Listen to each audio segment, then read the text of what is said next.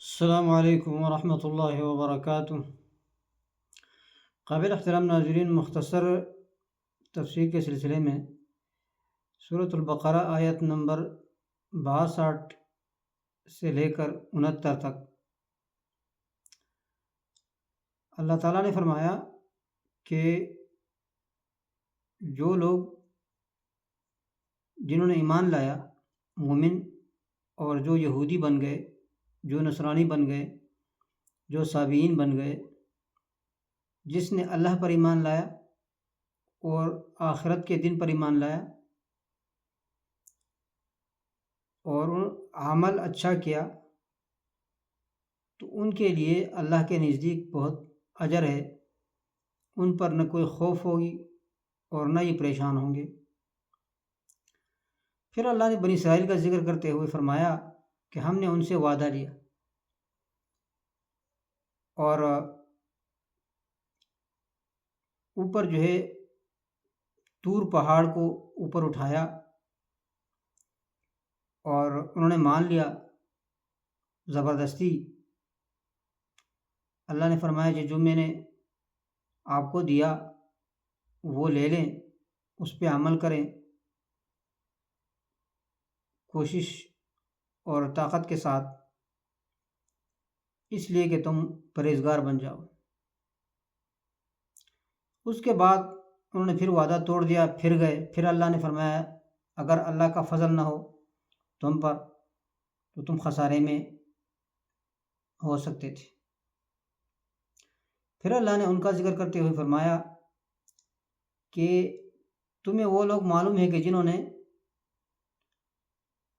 ہفتے کے دن زیادتی کی تھی، ہم نے انہیں منع کیا کہ ہفتے کے دن زیادتی نہیں کرنا، شکار نہیں کرنا، لیکن انہوں نے پھر شکار کر دی، زیادتی کی، تو اللہ نے ان پر عذاب نازل کیا اور ان کو کہا کہ تم اب بندر بن جاؤ۔ عذاب کے طور پر وہ بندر بن گئے۔ تو اللہ نے ان کو اگلے اور پچھلے لوگوں کے لیے عبرت بنا لیا،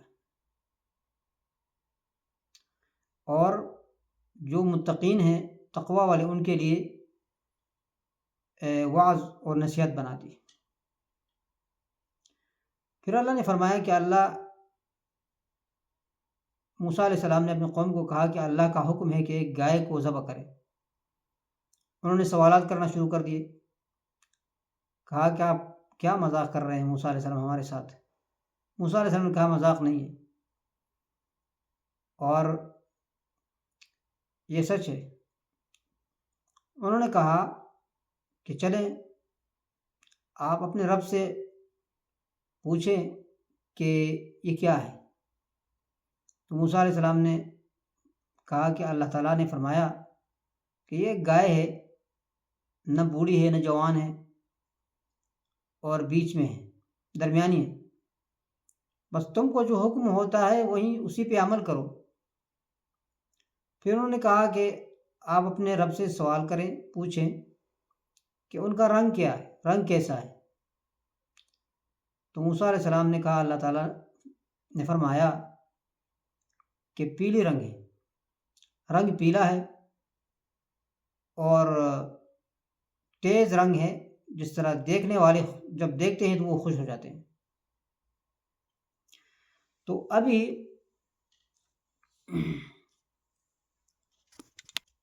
حاصل ان آیتوں کا یہ ہوا، نمبر 1،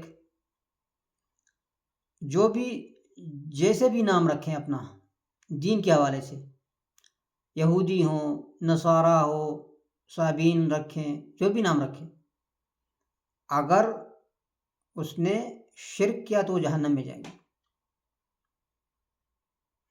اگر توحید پہ قائم رہا تو وہ جنت میں جائیں گے۔